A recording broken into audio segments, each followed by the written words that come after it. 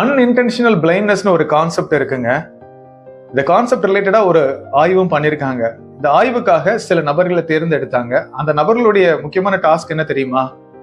ஸ்டேஜ்ல சில பாஸ்கெட் பால் பிளேயர்ஸ் இருப்பாங்க. சில நிமிடங்கள் அந்த பாஸ்கெட் பால் பிளேயர்ஸ் பாலை பாஸ் பண்ணுவாங்க ஒருத்தர்கிட்ட இருந்து இன்னொருத்தருக்கு. அப்ப அந்த சில நிமிடங்கள் எவ்வளவு தடவை அவங்க பாலை பாஸ் பண்ணிருக்காங்கன்றத இந்த பார்ட்டிசிபென்ட் சரியா கவனிக்கணுங்க. ஸோ டைம் ஸ்டார்ட் ஆகுது. இந்த பார்ட்டிசிபென்ட்ஸும் கவனிக்கிறாங்க. அந்த பிளேயர்ஸ் பாலை எத்தனை தடவை பாஸ் பண்ணிக்கிட்டு இருக்காங்கன்றத ஃபோக்கஸ்டா அவங்க கவனிக்க ஆரம்பிக்கிறாங்க. ஸோ டைம் முடிஞ்சதுக்கு அப்புறம் ஆராய்ச்சியாளர்கள் கேட்கிறாங்க, எத்தனை தடவை ஸ்டேஜ்ல இருந்த பிளேயர்ஸ் பாலை பாஸ் பண்ணாங்கன்னு. ஒவ்வொருத்தரும் ஒவ்வொரு கவுண்ட் சொல்றாங்க. அதுக்கப்புறம் தான் ஆராய்ச்சியாளர்கள் ரொம்ப முக்கியமான ஒரு கேள்வி கேட்கிறாங்க. ஸ்டேஜ்ல இருந்த பிளேயர்ஸ் பாலை பாஸ் பண்ணிட்டு இருக்கும்போது நடுவுல ஒரு பெரிய கொரிலா வந்துட்டு போச்சு, யாராவது கவனிச்சிங்களா அப்படின்ட்டு. ரொம்ப ஆச்சரியமான விஷயம் என்ன தெரியுமா?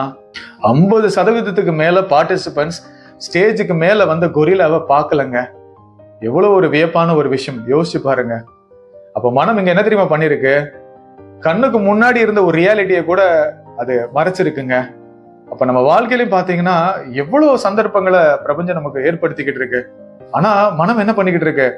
அதுல நம்ம கவனத்தை கொண்டு போக கூடாது அப்படிங்கிற மாதிரி அது திட்டங்களை தீட்டி நம்மளை ஏந்துற மாதிரி அது இயக்கிக்கிட்டு இருக்குங்க.